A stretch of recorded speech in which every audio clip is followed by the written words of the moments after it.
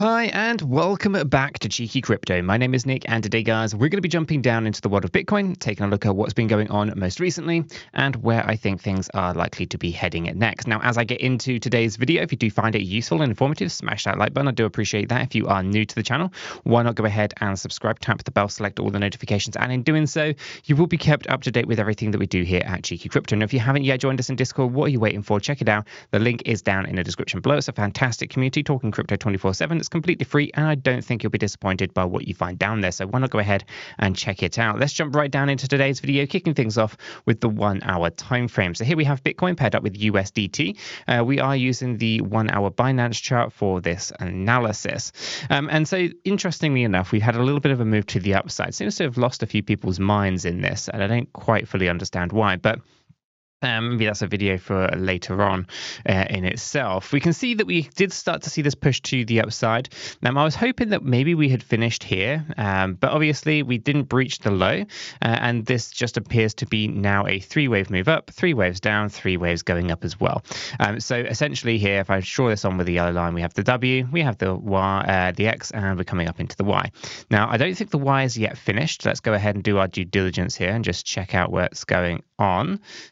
So if we go ahead and bring this over, you can see that we have come up to the range where you would expect this to, which is between the 1 and the 1.236. Essentially, right up here, you can see if I actually go ahead and just move these numbers out of the way, so you can see 29,205 to 29,472. However, I don't think it's done this or completed this move to the upside yet. I don't think it's complete yet. So if we take a look at this, we can see that we have a 5-wave move coming up, we corrected down, and then there's this 5-wave move here. 1, 2, 3, 4, and I think we've got a last little push upwards before we can kind of say it's complete. And the reason and the rationale behind this is we have to obviously hit all the rules with Elliott wave theory, and if we move this over to the low, you can see that this one here doesn't hit it, but this one does. So it was only this candle here where I've marked the wave 3 that it can be a wave 3 positioning, and so therefore we still have one more push upwards. This last push to the upside looks like it's going to be targeting out slightly higher than our expected ranges. Essentially, we are going to be looking for a move right into here. And if I go ahead and just grab the Fibonacci retracement, just move it over here, you can see 29,468 to 29,579. Okay, so that's going to be the expected range to complete that Y wave pattern right there. And once complete, well, you know what that means. It means essentially we are looking at moving down. Now, our moves to the downside on our hourly chart have changed because of this ever so slightly. Okay, but it is only ever so slightly. So let's go ahead and show you what that looks like based on all of these structures. We'll take the highest range that we have marked out here, 29,578.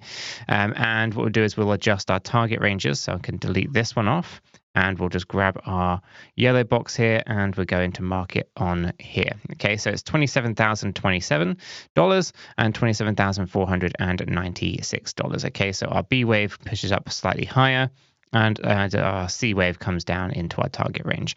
So as you can still see, we're still on path for the same directional moves. It is still in this bearish play. It hasn't broken out of it. It's very corrective. It's all short-term movements to the upside.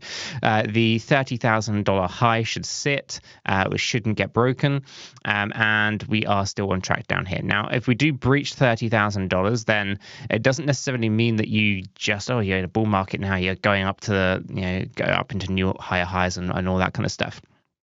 Is it will still break on down. And the different patterns that it could be in play here, there's actually numerous. So if we were to breach $30,000, considering our stochastic RSI is indicating to us momentum to the upside is running out and we're likely to see a pivot, I would be looking at more flat-based corrections, and we'll be looking at a pretty steep move to the downside afterwards. And we have to kind of consider that option if we breach higher than $30,000. It doesn't make sense for the Z wave to continue moving up, so it would have to be a start of a new new structure if we were to kind of look at that, and we haven't really got a decent structured move to the downside when we hit the 30k area. So for me, this had to be a flat correction if we were to breach it, which we aren't there yet. Ultimately, this would be the simplest way of just having a three-wave correction to the downside here, and then we can continue the journey afterwards. So this is kind of the best case scenario in my mind for for BTC. Now, there's lots of fair value gaps here. This is an indication of manipulation in the price action. Essentially, smart money concepts has indicated to us that large institutional candles have existed here, and this is an indication that basically large money came in to push the market in a particular direction. So I'd be very cautious. There isn't, generally speaking, a lot of volume in the market. You can see this here if I actually go ahead and just hide the stochastic RSI there. Volumes are very, very low. Okay, so although you're seeing the moves to the upside, this is usually through market makers and whale activity. It's very much manipulation and is not something to be kind of taking a look at and saying this is the staple. The staple is all the analysis that everyone else is doing here, including myself, and understanding, you know, the direction of the market and the behaviors of the people who are participating normally. It's when you get these institutional players on these market makers trying to suck out the liquidity out of the market that you end up with these problems. So let's go up into the daily time frame, and we are still very much on track for the $22,000 to $23,000 target range. The only way that obviously fails is if price actually comes up higher than $31,804, and so the Y wave is still valid there. So we are still looking for more to the downside. That hasn't changed on the daily time frame. We are of course overbought now on the daily time frame. The last time that we were kind of up in these ranges, we did see pretty significant moves to the downside for Bitcoin, right? So don't think that this is going to be a area where, you know, you're perfectly safe and so forth, right? Because it's not some kind of trick here that the market's kind of playing on you. Essentially, there are participants, bad actors out there sucking liquidity out of the market. And we saw this previously up here when we got to this kind of 31,800. The move to the downside being up in this overbought area was very, very significant. Every time we tapped into this overbought range, we did drop down very significantly.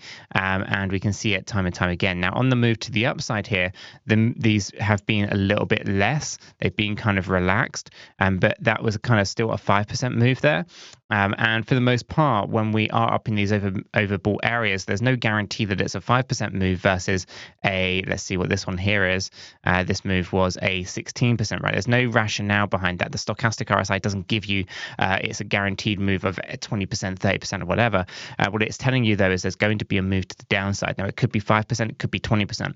I'm thinking that this is likely to be a pretty significant 20 or so percent over the next several weeks. That'll be interesting to kind of see how that plays out, but for the most part, my expectations are that we are going to see a bit of profit being taken off the table. We are going to see liquidity getting sucked out right now, and who's going to be left holding the bags? There's not a lot of volume, so I'm being very, very cautious here to think about whether you want to be going long or going short.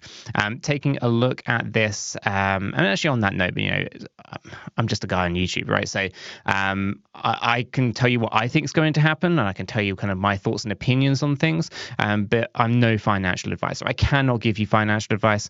If you have access to a financial advice, you should probably talk to them about these kind of things, not me. I'm just telling you kind of how I look at things, how I am acting in the space, and you can do with that information as you see fit. But it really is just entertainment purposes, and obviously not financial advice. Can't be financial advice if I do not know your financial circumstances, and etc, etc, etc. Take this out into the weekly. This is the USDT pairing. We do have the higher highs, higher lows situation going on here. Every time you see higher highs and higher lows, they do have a tendency to want to break on down. So be cautious here. Lower highs and lower lows break up. Higher highs and higher lows break down. Okay, so we're testing the higher range of the parallel channel. Where do we think that's likely to go? Probably to the low end, right? So it's going to be interesting to kind of see how that one plays out. And so for the most part, yeah, our expectations are that we are going to be seeing a tether to the downside. Now, obviously, this most recent move to the upside is fueled from fake news. Lots of hopium around spot ETS and things like that. We also saw a bit of a golden cross here on the 50 SMA, crossing that of the 200 EMA on the weekly time frame as well. So again, that would kind of help fuel, I guess, some analysts out there and some traders to kind of maybe take advantage of that recent move to the upside. So again, stochastic RSI is raising up quite highly on the weekly chart. Won't be long before it's overbought, along with the daily 8-hour, 4-hour, 1 hour. Essentially momentum has kind of run out to the upside. That's kind of what I'm saying here, at least in my thoughts and opinions on the Bitcoin chart. I will probably do a bit of a Bitcoin update later this afternoon as well, for this evening, see how things are going.